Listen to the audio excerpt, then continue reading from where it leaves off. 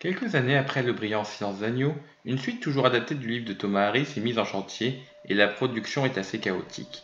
D'abord parce que Jodie Foster refuse de reprendre le rôle de Starling, laissant sa place à Julianne Moore, excellente cela dit, et qu'Anthony Hopkins n'accepte de reprendre celui de Lecter qu'à condition que le scénario soit réécrit.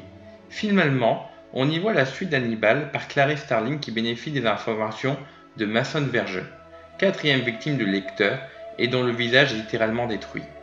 Avec cette intrigue, on a plus ou moins le droit à un épisode de série TV étiré sur plus de 2 heures, largement moins viscéral et moins glauque que le premier opus. Il ne permet pas de se plonger dans la psychologie du personnage et on se contente de suivre platement les événements en espérant quelques rares fulgurances, tel ce final plutôt osé.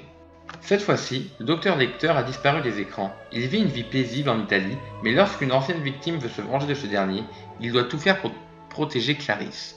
Une nouvelle fois, ce film ne m'a pas impressionné, je m'attendais à voir quelque chose de plus grand, et pourtant ce film joue sur un rythme beaucoup trop lent, et la menace de l'endormissement se fait sentir plus d'une fois. La faute à un scénario beaucoup trop plat, les rebondissements se font attendre tout au long du film, et on se fait souvent chier, sans vouloir être vulgaire. Le vrai problème du film est l'enquête menée par Clarisse. Elle est beaucoup trop lente et elle se finit beaucoup trop facilement, donc le scénario est à revoir. On suit, pendant près de 2 tiers du film, 3 intrigues qui s'entrecroisent. La vengeance de Mason Verger, la tentative de repentance de Clarice Sterling et l'enquête du flic florentin au sujet du nouveau conservateur. Sur le point de vue de l'image, l'esthétique est correcte. Les scènes de cannibalisme sont plutôt bien rendues et donnent un léger malaise, ce qui est toujours bon à prendre pour ce genre de film. Les scènes de police et d'échange de coups de feu sont bien orchestrées, finalement, même si on est très loin de certains chefs-d'œuvre. Finalement, ce film exploite un seul axe scénaristique, la philosophie du personnage d'Hannibal. C'est le seul personnage qui est intéressant et qui donne envie de voir ce film, car pour le reste des personnages, la lenteur de leurs réflexions et leurs dialogues sont tout juste acceptables pour un film de Ridley Scott. C'est vraiment dommage de ne pas avoir creusé plus loin cette histoire qui aurait pu vraiment, superbement rendre. On retombe dans la lenteur du premier volet qui valait le coup pour la performance d'Anthony Hopkins. Et encore une fois, l'acteur se surpasse pour nous offrir une excellente prestation. Il est absolument parfait dans ce rôle, il nous fait presque peur à certains moments, avec son sourire en coin. Pour le reste de la distribution, à part Julianne Moore, qui n'est pas ridicule, je trouve que les autres personnages ne sont pas crédibles, surtout Ray Liotta, qui m'a presque fait de la peine, notamment dans la scène du cannibalisme. Bref, Hannibal est une adaptation correcte d'un roman décevant.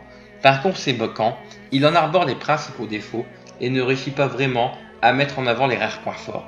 Comme le dira finalement Lecter, il est important de toujours essayer de nouvelles choses, une manière de justifier indirectement le parti pris de Hannibal, bien que celui-ci s'entache de malheureuse lourdeur.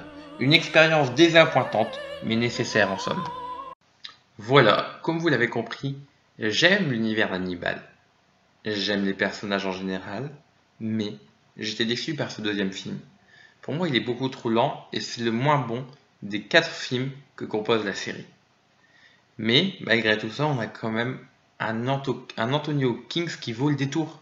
On a un très bon personnage et Hannibal est très bien porté par cet acteur. Et pour moi, le retrouver à l'écran, c'est toujours un grand moment.